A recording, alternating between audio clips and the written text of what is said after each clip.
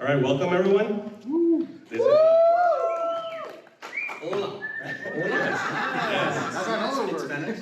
Happy Easter. Hello. It's nice to be here. Thank you for having me. we're gonna be doing a Q&A session with comic book writer Charles Soule. Thank you very much. He's a best-selling author. He has written characters that we love from both Marvel, DC, Star Wars. Just to give you an example of the characters he's worked on: Swamp Thing, Superman, Wonder Woman, Red Lanterns, Thunderbolts, She-Hulk, Inhumans, Wolverine, Daredevil, X-Men, Star Wars, all of those he has worked on. Also, he has creator-owned comics, Curse Words, Undiscovered Country, 8 Billion Genies, Hell to Pay, and others. He's also a best-selling author. He has 4 novels. One of them is the first Star Wars High Republic novel. And it is my honor to bring you guys this Q&A with Charles Soule. Thank you so much. Thank you. So, first question. Is this your first time here in Puerto Rico? It is my first time in Puerto Rico. I have spent most of my time in Puerto Rico in this building, which is too bad, but everybody who comes to the table is like, you have to go see. Yes. Actually, mostly what they say is you have to go eat. Yes. Everyone is saying the food. So I've been trying. I've had mofongo, which I thought was incredible. Yes.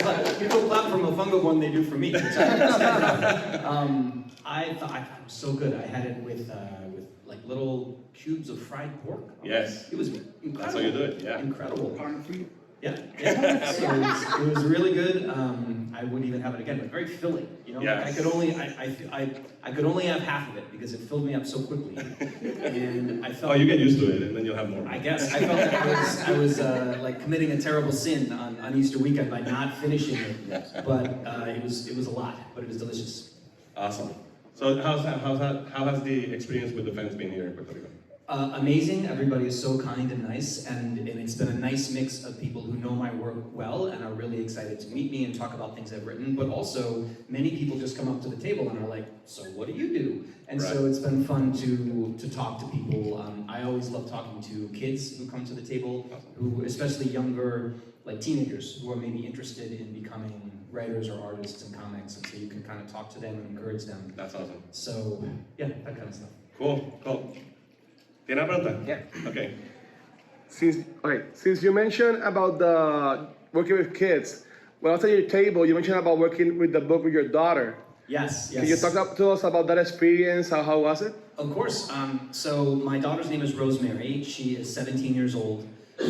She's actually here, but she decided to go sit by the pool instead of coming to this. Although it's rainy today, so who knows? Yeah. But anyway, yes, I'm glad she's giving me time to do that. But we, about 2 years ago, Lucasfilm came to me. I do a lot of writing for Star Wars, all these different things, and they said, you know, we're thinking about doing a kid's book, a children's book set in the High Republic, and would you like to do that? And I said, well, I've never done a book for little children before, and so the idea came up of me writing it with my daughter, who at the time was probably 14 or something like that. And the book is about, it's called Jedi Brave in Every Way, and the story is about these 3 little young Jedi in training, younglings, who are afraid of, they hear about everything Jedi do when they're grown up, like lightsaber fights and, you know, jumping onto monsters and all these things. They're like, we don't want to do that, that's terrifying. And so Yoda and a Wookiee named Buryaga decide to help them not be afraid. And so when the idea came to work with my daughter, Rosemary, on doing it, I was like, this will be a really good idea because she's young and I'm older, and so I don't remember. I mean, everybody remembers what it's like to be a little kid, kind of, but she remembers it because it was recent for her. Right. And so she was able to talk to me about, well, this is what it feels like, or felt like to be afraid of the dark, or afraid of bugs. And she had some, because each one of the little Jedi is afraid of a different thing. And so Yoda helps them beat that particular fear. And one of the things she talked about that I was never really afraid of, but she told me was being alone.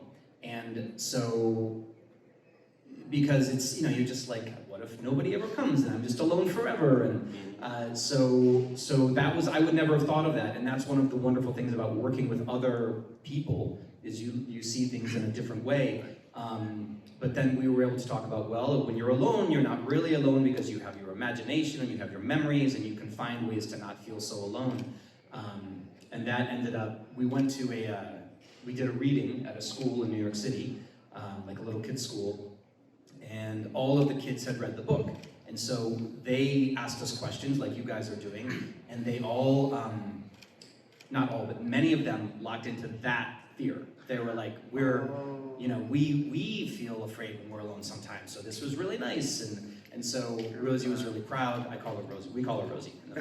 And so she was really like proud that she had found a way into it that was different. And that connected with... with the kids. Yeah. So I thought it was great. I'm like, what a wonderful thing, like to work with your child, your daughter, to make a creative thing that's out in something so big as Star Wars. She goes on panels, she talks to people, she signs books, and it's really a good thing for her as a young person. Yeah. That's really cool. One of the questions I have, looking at your body of work, you could say that you have a massive body of work in maybe a short amount of time. Yeah. So my question about that is, how do you do it? How do you keep yourself motivated, disciplined, and how far ahead do you have to be to have everything come out in time? Right. So you're correct. Okay. I have written. My first professional thing came out in 2009. It was a graphic novel called Strongman about a lucha libre wrestler living in New York. And my first thing for what's called the Big Two, which would be Marvel or DC, was a comic called Swamp Thing, which started coming out in 2013. So really, it all started in 2013. So in about 10 years, I have published hundreds and hundreds and hundreds of comic books. Just in the Star Wars run I'm doing right now, that run is like 2,000 pages of comics. And that's just like a tiny chunk of what I do. That's amazing. Yeah, it's a lot. And so how do I do it and why do I do it? I think I'm a little, but it also makes me so happy. Like I'm getting to do the job that many people think is a dream job. I think it's a dream job. I get to work with these things that meant so much to me growing up. So that's kind of the why, and it also pays money. Money is good. But that works. How do I do it? You think of it like an Olympic athlete, okay? And in order to do their sport, it's kind of all they think about, right? They're always thinking about, what am I eating today? When am I exercising? When am I training? How am I thinking about how my time today will be used toward the event that I have to compete in? And that is kind of how I approach the constant writing that I have to do. Every minute of every day, I'm thinking about when do I get my time to write? How do I use my time to write? What are the deadlines that are coming out? What are the stories I need to have going on in my subconscious to build them? So it doesn't sound fun, but it is fun because it lets me build this huge body of work. And 8 billion genies connects with people in a different way than Jedi Brave in Every Way does. Right. And Hell to Pay connects with people in a different way than Swamp Thing would. And so I feel like every one of the stories I tell is a way to connect with somebody, and sometimes many, many people, and it's all, what a wonderful job, what a wonderful thing to do. So it's very easy to get motivated. I get tired sometimes, but it's easy. How do you avoid burnout? I'm not sure that I have. I think you exist. It's like the Olympic athlete thing again. I'm not an Olympic athlete, but you just exist in this state where all you're thinking about is story and writing, and you don't think about too many other things. And so burnout. Do you know the story of the frog in a pot of boiling water? No, I don't. Okay, so this is imagine a frog who gets put in a pot of cold water, and the frog is swimming around, happy, whatever. And somebody lights a fire under that pot, and the water gets hotter and hotter and hotter, but the frog doesn't realize it because it happens gradually. And eventually, the frog is in a pot of boiling water, and they're just, it's not good for the frog, but they didn't realize it while it was happening. And so that's kind of what it's like with my writing career, which I know sounds very negative and bad. It's not bad, it's wonderful, but the only time I really have trouble is when I try to relax, almost, when I try to not do it. Okay. Because I'm so used to constantly writing and telling stories that when I'm not doing it, I'm like, I don't know what to do with myself. I need to write another story. That's awesome. Sounds terrible, doesn't it? Yeah. Yeah. Yeah.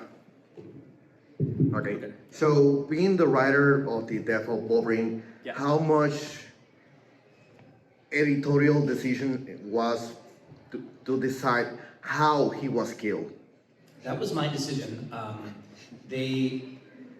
Marvel came to me and said, we want you to tell that story, to tell the death of Wolverine. You have 4 issues. You will be working with the incredible Steve McNiven, who is one of the best artists in all of comics for many years, and is a very, very good friend of mine. We've done a lot of work together.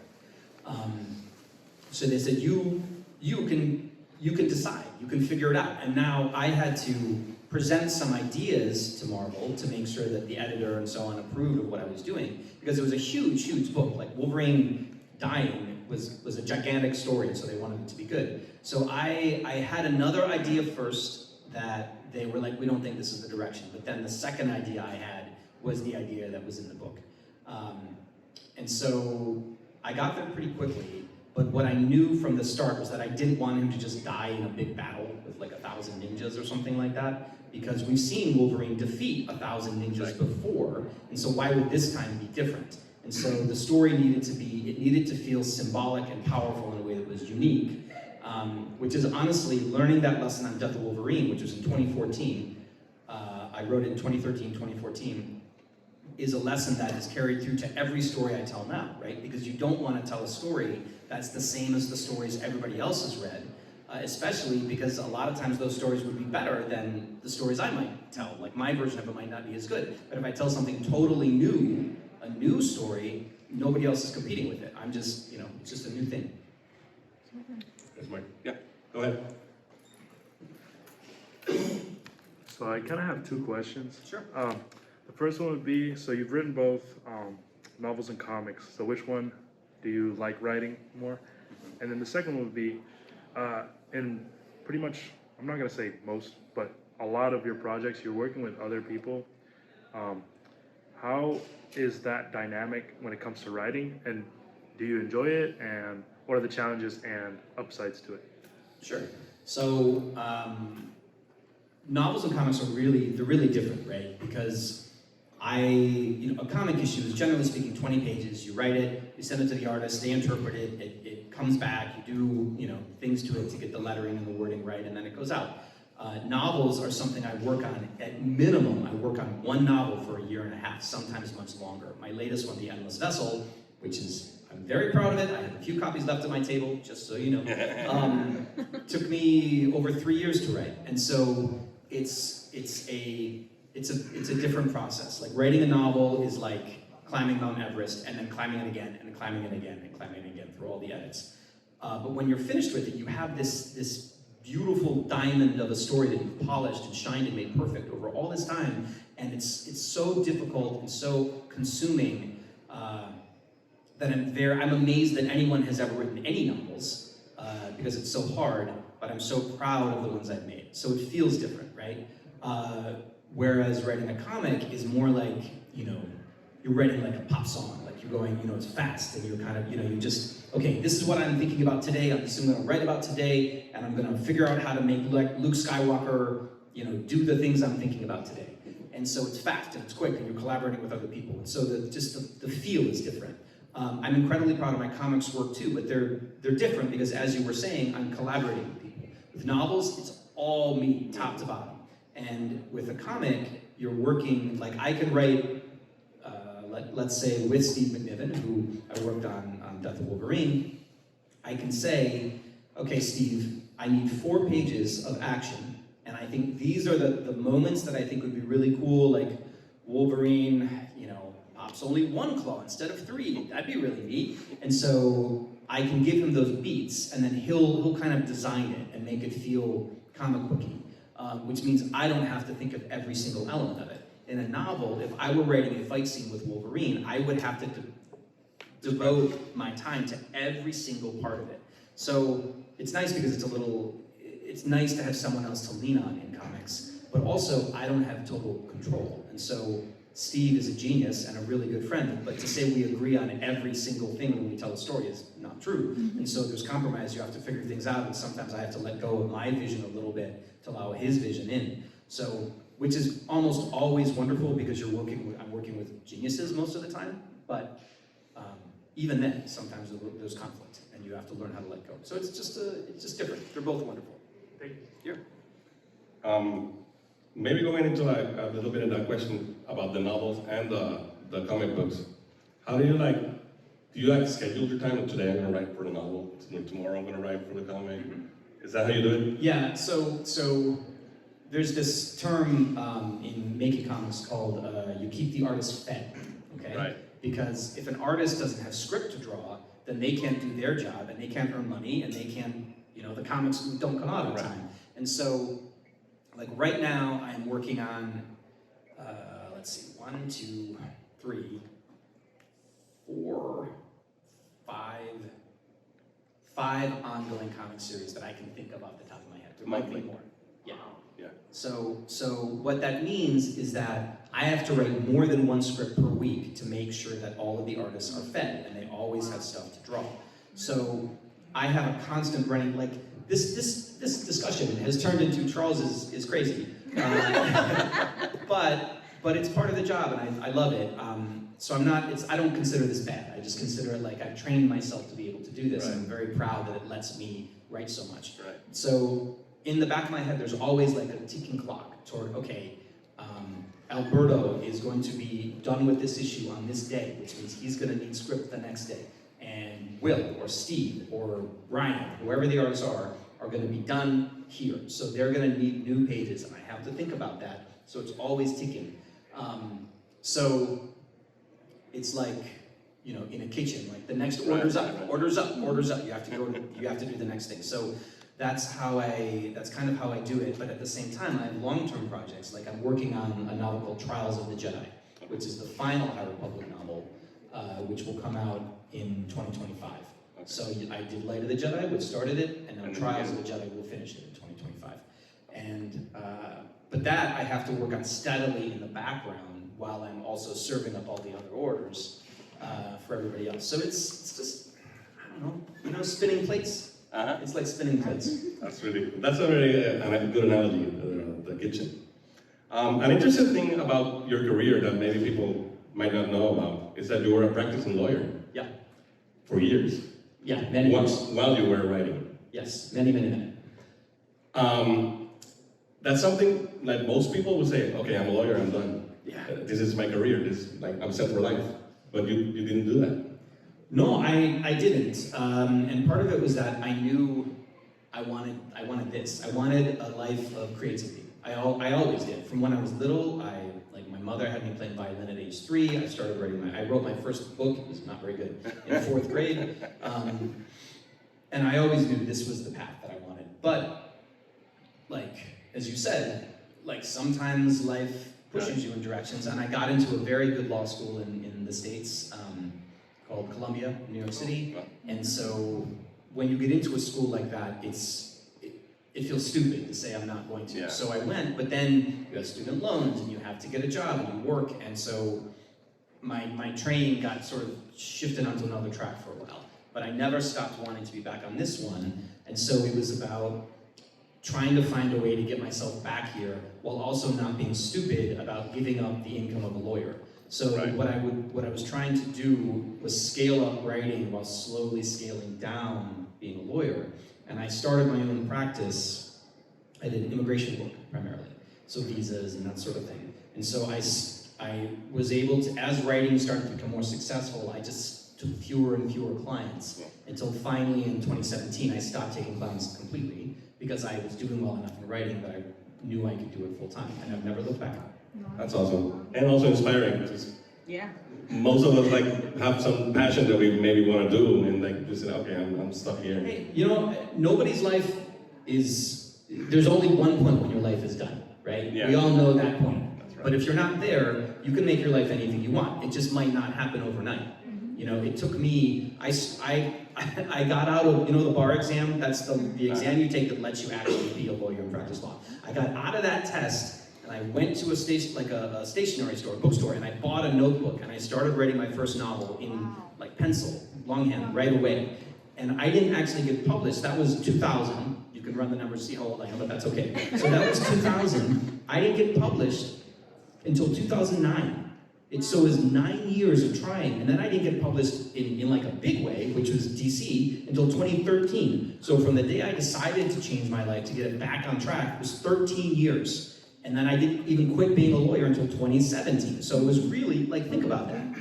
And the key was just saying, it doesn't all have to happen in a day. My life is getting better for me day by day, the closer my train starts going to the other track. Like, there are many victories and joyful things and stories told in those 17 years. And I got there eventually, and part of it is, you know, it's cliche, we've all heard this, but you just don't give up, you know? Right. And so, I hope it is inspiring to people, not because I'm so great, but because I think it's just a true thing about life. Nobody's life is over until it is literally over. And if you want it to be different, you can make it different just by deciding and going in that direction. And even if you don't get all the way you think you should right away, just keep going, and it's better than it was before. Were you going for comics or novels when you started out? I started with novels. And I actually wrote a novel that didn't sell. So that took me like 3 or 4 years because I was doing it at the same time as law, early law. And so I got an agent, and he took it out to company, you know, publishers, and they were like, "This is not for us. It's not commercial enough, whatever." So I found that very discouraging because I'd spent years. But again, you just don't stop. You know, you keep going. And so right around then, so this is around 2004, 2005. I thought, well, you know, comics, they don't have the same barriers to entry that novels do. And you don't spend 3 years or 4 years working on a novel. You spend, like, you know, 3 or 4 months working on it. To the point where you can get it to pitch to a publisher and see if they want it. So I thought, well, I won't have to use as much time and as much energy writing comic ideas, so I just started moving to that. I've always loved comics too, like since I was little. And how do you get the opportunity to pitch to DC or Marvel? Is that through an agency? The way that I did it back in the day, and I think it's still pretty much like this, is you have to find a way into comics as an unknown person. Right. You can either be like so incredibly talented as an artist that if you show an editor pictures of your work or send them pictures of your work, they're like, holy shit, this is incredible. We have to hire this person. As a writer, it's much more difficult because, you know, you can't really send them prose. You need to send them comics, and it's difficult to get comics made unless you're already kind of a comics person. So. But generally speaking, the path is you make independent comics, and those independent comics, you go to things like this, you meet artists, you connect with other people who are trying to become comics creators. Right. You sell your comics at Artist Alley, you do all those things, and then you make connections, you get to know people, you understand the system, the network, and the power players, and over that time, you make better and better work. So eventually, if you're lucky, a Marvel or DC editor will come to you and say, "I've heard about you. Would you like to do a 4-page story about the Winter Soldier, or a 4-page story about Squirrel Girl, or whatever it might be, and Donna Troy, you know, whatever the character." And so then you do that. It's a tryout, and if you do well, you get more work. And for me, I started on Swamp Thing. DC almost immediately gave me work in another book called Red Lanterns. And then Marvel was like, who's this guy who has work, you know, over at DC? Who, you know, why don't we have him? Because the easiest way to get work at Marvel is to get a bunch of work at DC, or vice versa. Right. Then they want to know who you are. And so Marvel came to me and said, "Do you want to write Thunderbolts?" And I said, "I absolutely want to write Thunderbolts." I took it over from a writer named Daniel Way. And then Marvel gave me She-Hulk, and DC gave me Superman and Wonder Woman. So I was at this time writing 5 books, and this was less than a year. I had just started. I was writing 5 books a month, 3 for DC, 2 for Marvel, and plus events and tie-ins and crossovers, all these things. And then Marvel came to me and said, "Do you want to write Death of Wolverine?" Remember the story I told at the beginning? And I said, "Yes, I really do." And they said, "Okay, we will give you this incredible project that will launch your career if you do it right, but you have to quit all of your work at DC. You have to leave DC and sign exclusively with Marvel." And I said, "Well, okay, but if I'm going to give up three books a month at DC, the deal I signed with you guys has to make up for that." And so they said, "Okay, we can do that." And then they ended up giving me basically 6 books a month. It was a lot. Those early days were incredibly intense because I was still a lawyer. This is all still 2013, 2014. I was still running my own practice. So I was writing 6 books a month and running my law practice, which had employees, and you can't, are there any kids in here? No, I don't think so. Okay, the one thing you cannot do as a lawyer, especially like an immigration lawyer when you're dealing with people's lives, is fuck up. And it's just like being a doctor, right? There's malpractice, there's all kinds of bad things, but and even more than that, I didn't want to ruin somebody's life. I didn't want to have like a couple who were going to be married and wanted to live together in the US, or somebody who got a great job offer, or things like that. I didn't want to be the reason that was a mistake. And so but I also didn't want to mess up my ticket into the world that I really wanted to be in. So I just, lots of staying up till 2 in the morning, lots of, just working and being, lots of systems, lots of spreadsheets, lots of like, okay, I need to do this today, and just thinking it really through. So I was very detail-oriented. And it all paid off, but believe me, I was very happy to leave it behind, law. Because the pressure of doing both at the same time was really hard. You mentioned Red Lanterns. I had that question. I had the question like more later for the Q&A, but now that you mention it, Okay. I'm a big Green Lantern fan, and my favorite Green Lantern is Guy Gardner. Oh yeah. So you worked on him on your run. Did you have any choice in like the choosing the story with Guy Gardner? But what's that offer? Yeah, you actually. Yeah. So I took that book over from. I feel terrible. I should know. There was another writer on it. Yes. I took it over with issue 19, I believe, but it was a British writer, Paul Cornell. It doesn't. I'm not going to say it doesn't matter. Of course it matters. But I can't. The fact that I can't remember today, quote, maybe doesn't matter so much. It was over 10 years ago. So Yeah, it was a while ago. But so he had done an approach that did not have any of the main human lanterns in it. Right. It was all aliens. And you guys know Green Lantern, right? The premise is you get the green ring, and it's all based on willpower. Whereas Red Lanterns, they have a red ring, and their ring is powered by anger and rage. And so they're all people who have been hurt or traumatized or very angry, and so they're like a badass kind of group of mean people. And my 2 big things that I wanted to do with that book when I took it over were to add a human, and I thought, well, who is the person that fits best in that group? And it was Guy Gardner. To me, it seemed obvious that Guy Gardner should be on that team. And the second thing was that I wanted them to feel different, right? In the previous incarnation, they felt like a religion, almost like a cult. Yeah. And I changed them to feel like a biker gang because I thought that felt more like what Red Lanterns, like it was just more fun, like we all love cults, I guess, but I think reading about a cool space biker gang would be fun. So I did that, although there was a bit of controversy because I gave Guy Gardner like a big mustache, and which I thought, again, it looked like a guy in a biker gang. Yeah, It looked awesome, and there were people at DC who were not as happy about that. They thought he looked like, I don't know, like not the way a DC character should look, basically. So there was a lot of struggle about Guy Gardner's facial hair, but it worked out. It worked out in the end. Something about that run, I loved your take on Guy Gardner. He's a character that not all writers, I believe, get right, because mostly they go to him being a jerk. Yeah. And I loved your take on him because you made him the best parts of him shine.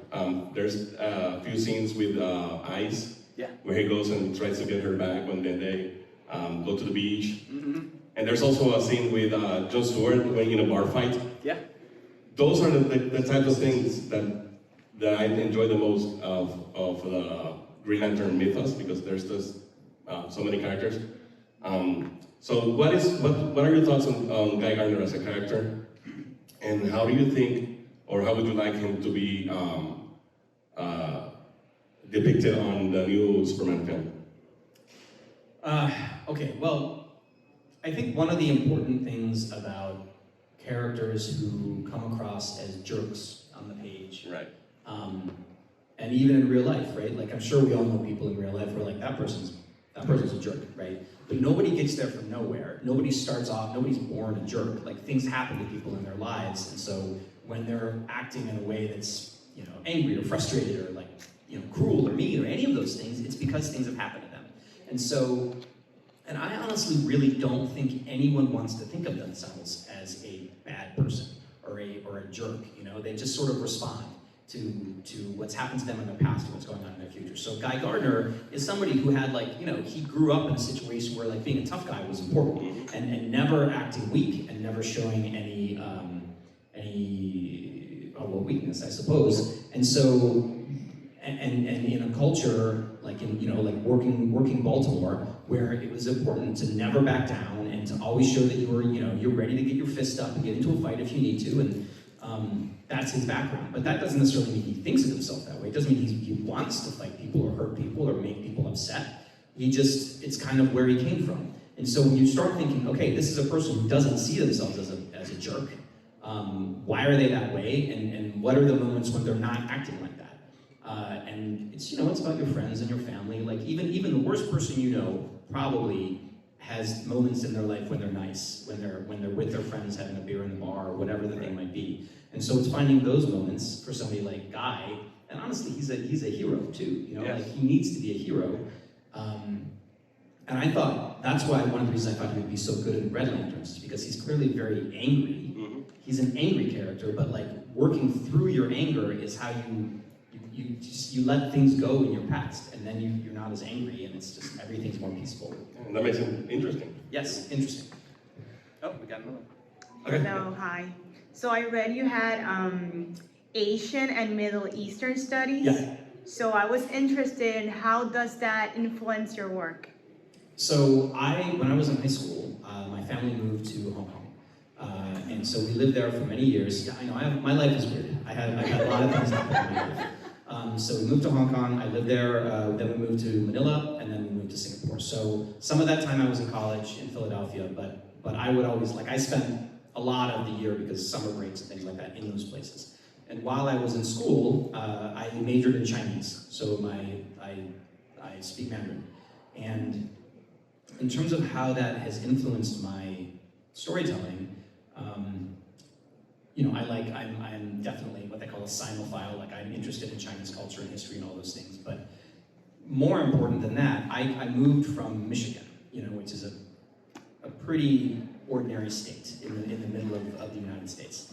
And the things I had seen growing up in Michigan did not prepare me for moving across the world when I was in high school and seeing, you know, back then Hong Kong was still a British colony, and so it was extremely cosmopolitan, extremely international, extremely just full of sights and sounds and tastes and smells, much like Puerto Rico, that I had not experienced before, and it was mind blowing and mind expanding, because just by living there, you know, like here we're in the Caribbean, and so, like, there's places around that are easy to visit. And just like that, when we live in Hong Kong, there are places around that are easy to visit. Those places, though, are like Thailand and Japan and Australia and, you know, so on. So I was seeing these places and seeing these cultures that were completely new to me and completely opened me up to all these different ideas and thoughts. I think living in one place your whole life can make you think that is kind of the whole world. It's sort of natural. But living in all these different places and seeing all these different places really not only made me appreciate all of the other parts of the world and people of the world, but like I was voracious for them. Like, I was like, oh my God, I don't want to die without having seen as much as I can, because everything is fascinating. So. Thank you. Okay, so going back to comics, how cool is it that you get to work with characters like Superman and Guy Gardner and Daredevil, Wolverine, and how does that compare when you're working with your own created material? So one of the things so working with, let's say, Daredevil is a great example. Right. So Daredevil, I did a long run on Daredevil for several years, from I think 2015 to 2018. That had a lot of exciting things in it. I'm very, very proud of that run. I did a lot of work with Ron Garney, who is an incredible artist. A lot of other really good artists. It was awesome. But if you know anything about Daredevil and Daredevil's history, it's like some of the absolute best writers and artists in comics have worked on Daredevil. From, Stan Lee, but Frank Miller is an obvious one, but there's a lot. Like every writer, Brian Michael Bendis, Brubaker, they're just Mark Waid, it goes on and on and on and on and on. And so when I took over, I was taking over from Mark Waid's run. He had just won like a lot of Eisners with Chris Samnee, who's also one of the best artists in the business. And it was very intimidating. But one thing that was good about it is that any story I wrote would have all of the goodwill of all those other stories sort of pushing it forward. Like think of a sailboat being pushed forward by the wind. Because when people think of a Daredevil story, they're like, oh wow, some of my favorite comic book experiences ever have been in Daredevil, and maybe I'll get another one again from this Charles Soule guy.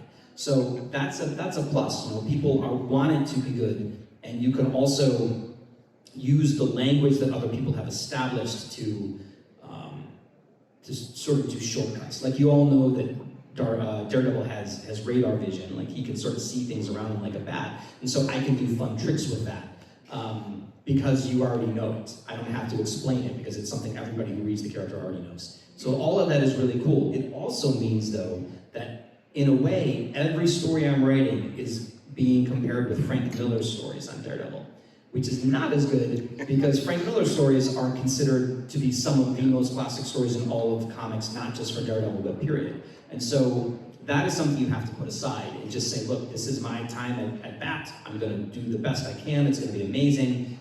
It's not gonna be Frank Miller. Trying to be Frank Miller would be stupid, so I didn't do that. I leaned into what I knew, which was being a lawyer.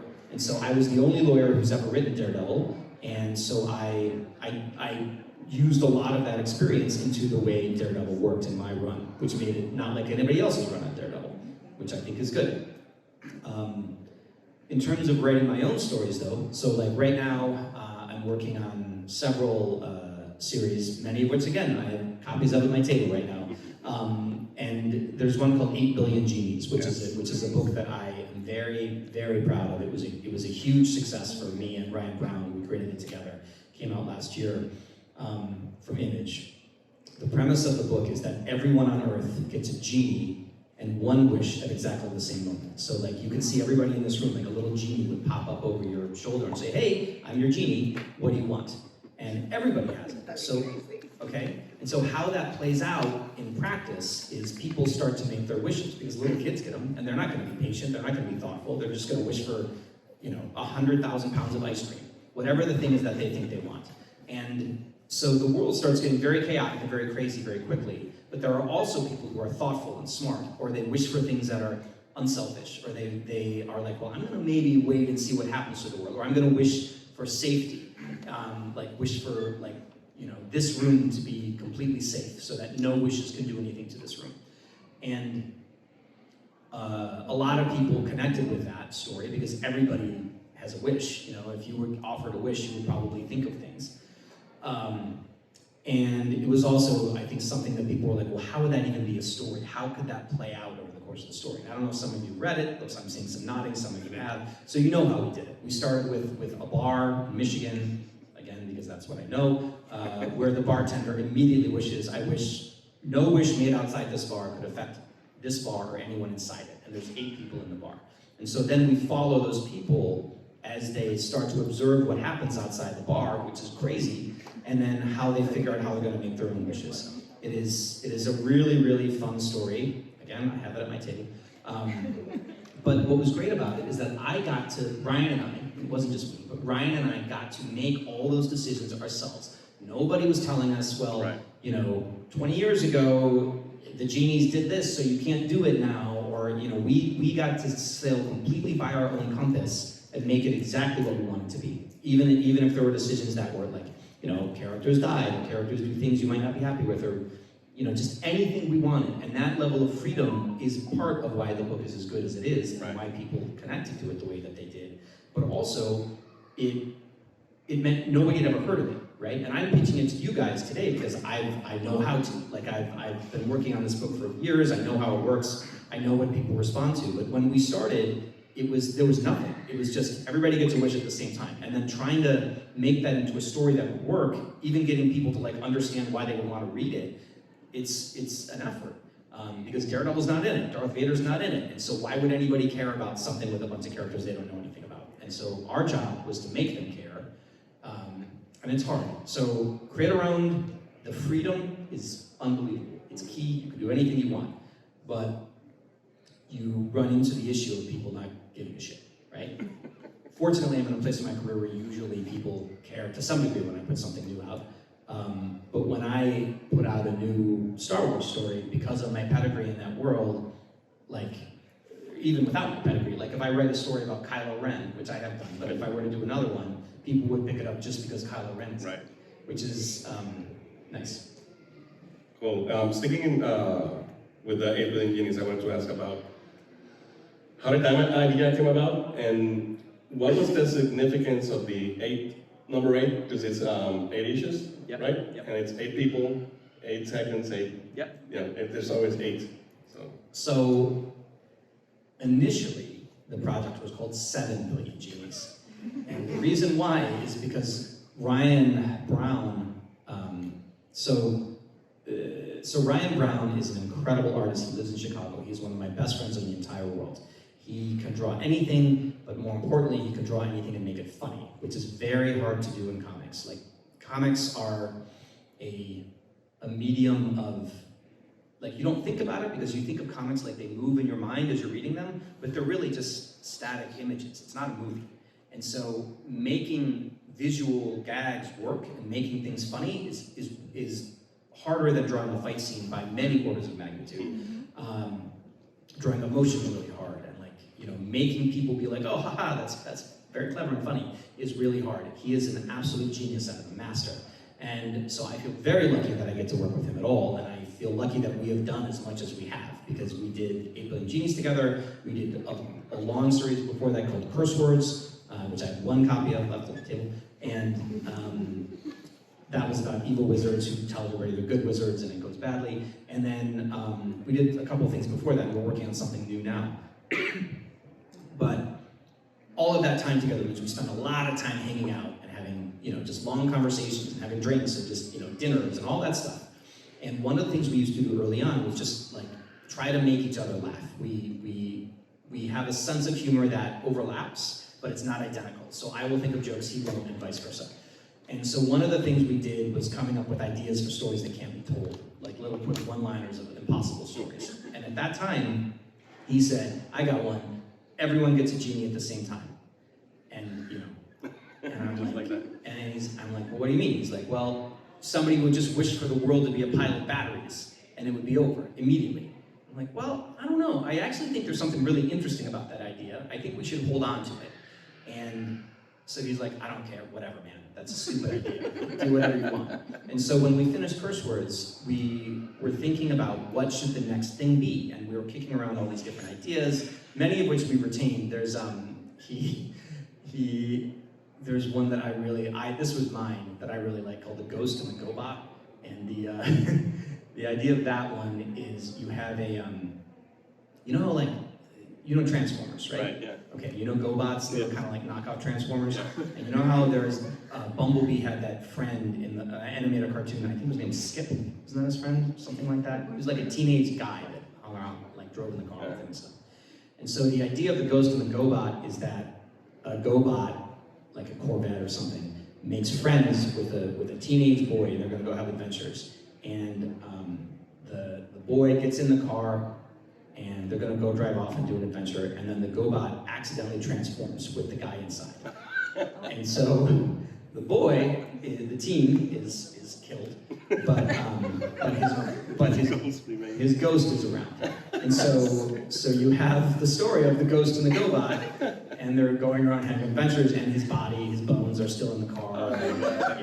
Now I need to read that. Well, yeah, we will make it one day, but the point is, most of the ideas we have are like that. They're like Ghost and the GoBot. They're very funny, and they're fun. You kind of want to see what it is, but I thought 8 Billion Genies, 7 Billion Genies at the time, had the potential to really be something powerful, because you're dealing with questions of desire and wishes and, you know, your heart and all these things that we all have, universality. And so when we came out of Curse Words, we kicked around lots of ideas that were not, like, we're Ghost and the GoBot level, like fun. We would have had a great time with them, but they didn't seem to have that like, okay, this is really special and worth the time. And I went back into the Genie story, and I started thinking about how I would do it. And I came up with that idea of the bar that I mentioned, that like you have a safe haven that you can experience the story through, and then that opened everything up. But because so much time, this has been years since Brad and I first started talking about it, the world's population was much closer to 8 billion than it was to 7 billion. So we just changed it to 8 billion genies. And the idea is that since there's one for everybody on Earth, it's 8 billion. And I like structure, I like rules, it might be the lawyer in me, but I like building things into the stories that kind of like let you understand it on a structural level, especially with something that's total chaos, like a world of genies. And so you build in ways for readers to kind of lock into it. And in this case, it was an 8-issue story where the first issue covers the first 8 minutes from the genies appearing, the second one is the first 8 hours, the third one is the first 8 days, 8 weeks, 8 months, and so on, all the way to 800 years, the first 8 centuries. And so by the end of the story, you've gotten to see, through these characters, what happens to the world in 800 years after these genies appear. And you understand why they showed up, what they're here for, what they're asking of us, and it's really, really cool. And I'm very proud of the way Ryan's incredible sensibilities and skill meshed with my particular skill set of like figuring out how to make stories work, and that's what we did. That's I awesome. was read about the infinite symbol. Wait, what? Okay, I was. Oh, Infinity symbol, yeah, that's part of Yeah. it too. That's part of it too. It all comes together in this really satisfying way. You can feel that it just clicks. If anybody here has not read 8 Billion Units, you have to. Okay. Like, it's really good. At the table. It's at It's the on the table. table, yeah, you I'm can- at the artist alley. If you go in the dorm, all the way to the right, in the middle, against the wall. Yeah. So. So most of your like creative work is like what if stories. What Yes. if you got 8 billion units? What if the United States flows with Close their up. borders, Yep. right? Mhm. Yep. That's Undiscovered Country, which Yep. you're writing with Scott Snyder. Yep. Is that influenced by current politics stuff in some way? Undiscovered Country, we started working on that book in 2016, 2017, maybe later, 2017, I think. And it started coming out in 2019. Right. And so, I mean, America is a place that is very strange right now. It is not necessarily the place that I grew up in, and it doesn't matter which side of the political divide you're on. There is very clearly a political divide that is extremely strong in the United States right now. I don't know how that manifests down here. I'm sure that it does, though. Yeah. And so, thinking about how Scott and I wanted to talk about that, because we love our country and care about it and want it to be as strong and unified as possible. We thought about what would be the thing that would cause that to happen. Like, what was the science fiction scenario we could think of to try to explore those ideas? And so the story of Undiscovered Country is that one day out of nowhere, America just seals its borders completely. So this is the continental United States. So not Alaska, not Hawaii, not here, but like the 48 states. And then it builds these crazy science fiction walls all around it, satellites, you cannot go there. And so nobody goes in or out of the United States for 30 years. And then one day they send a message saying, come see what we've become. And so an expedition goes in like Jurassic Park style, and then they go over that wall and they see what America's become. And America has become totally wild.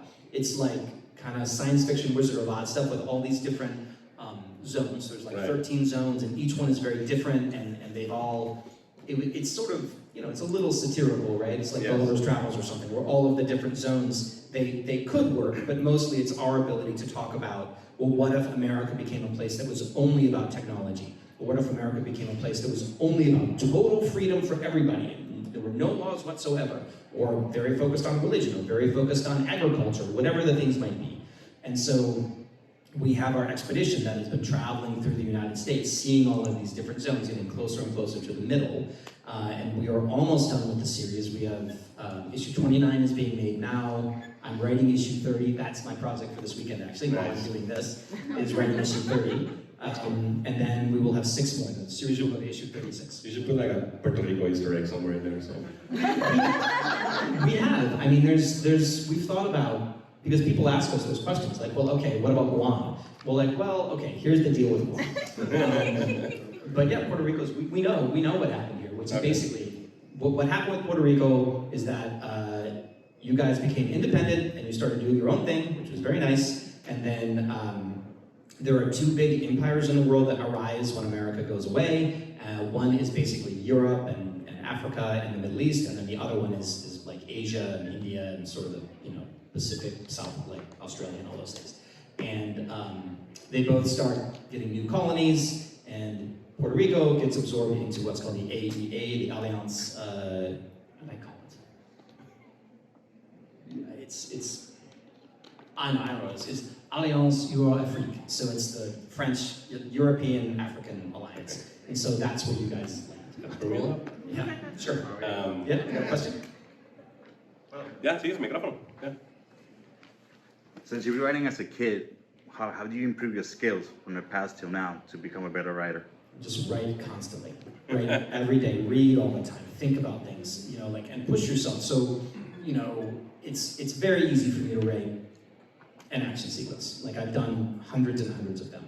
And the thing that is not as easy is to say, okay, what is an action sequence that I have never done before? And then the thing that's even harder is what is an action sequence that no one has ever done before?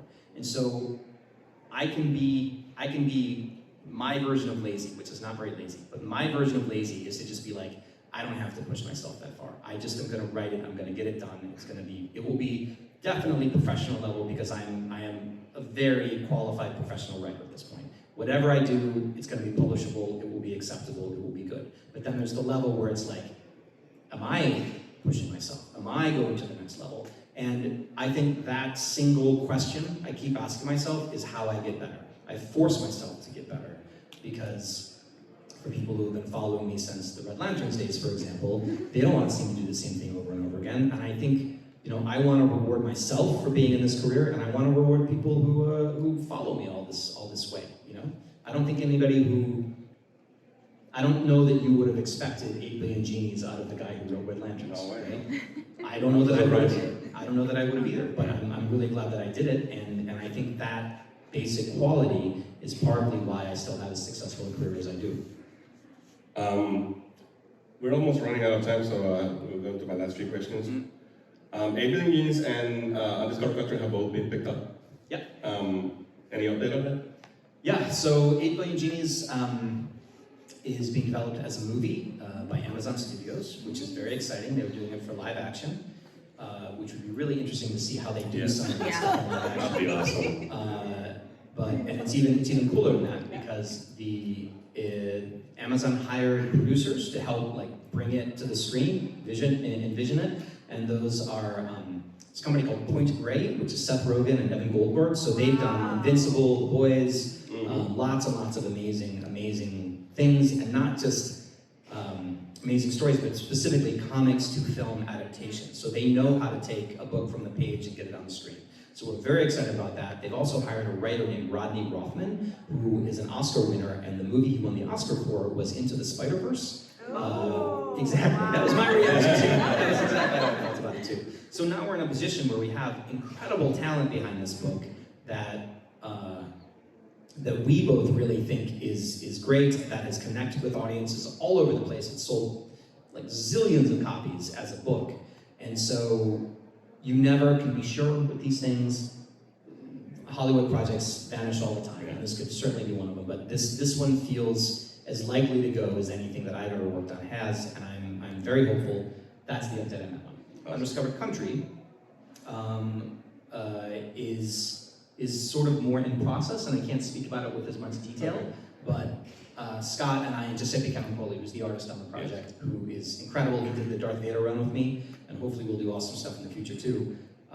So we own it together, the three of us, and so we are in active discussions about what an adaptation would look like on that one. But also Shrouded College, which is I'm doing that book with, they're all, almost all of them are in various states. Letter 44 is just had some great news. So that's Help to Pay, right? Yeah, Help to Pay is part of the big Shrouded College universe. Both Letter 44 and the Shrouded College are being developed by Seth MacFarlane's company, and that looks really good for TV. My novels are in various stages of development. Oracle, You're Anyone, Endless Vessel, they're all kind of in various ways. And so I think when you earlier you mentioned that my story started with What If, Right. that is part of why I think they tend to work well in adaptation spaces, because people, it's very easy to hook into a good What If. Right. Star Wars: The Acolyte is just Yeah. around the corner. That's based on the final days of the High Republic, if I'm not mistaken. It's late in the High Republic, yes. How involved are you at all in that project as a consultant for Lucasfilm? And any hints you can give us about that?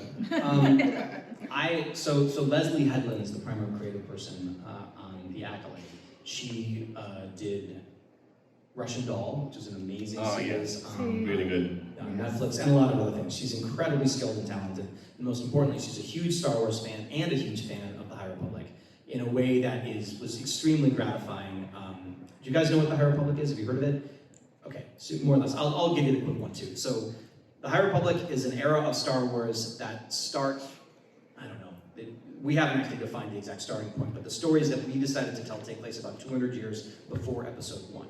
And it is a golden age of the Republic. The Sith are not around. The Jedi are very much ascendant, and they're doing great things all over the universe, it's very cool to write about Jedi at their height. And so it's all new characters, with a few exceptions, people like Yoda, right? Because Yoda lives for a long time, Maz Kanata. But the Jedi of this time encounter a very significant threat in a group of people called the Nile, who are basically just dedicated to tearing down the Republic because they don't like being told what to do, essentially. So that's the story that I had been telling as part of the High Republic. It was created by a group of 5 writers, a brain trust that Lucasfilm hired. It was me, Claudia Gray, Justina Ireland, Daniel Jose Older, and Kevin Scott. And we started working on this thing, and I want to say 2018, and the first project came out in January 2021, which was my novel, Light of the Jedi, which debuted at #1 on the New York Times bestseller list, which is very exciting. People seemed very ready for a new era of Star Wars with new characters, with, Darth Vader's story from childhood to death. Yeah. You know Luke Skywalker's story from childhood to death. These characters you do not know, and so you get to put them in scenarios that are surprising and exciting.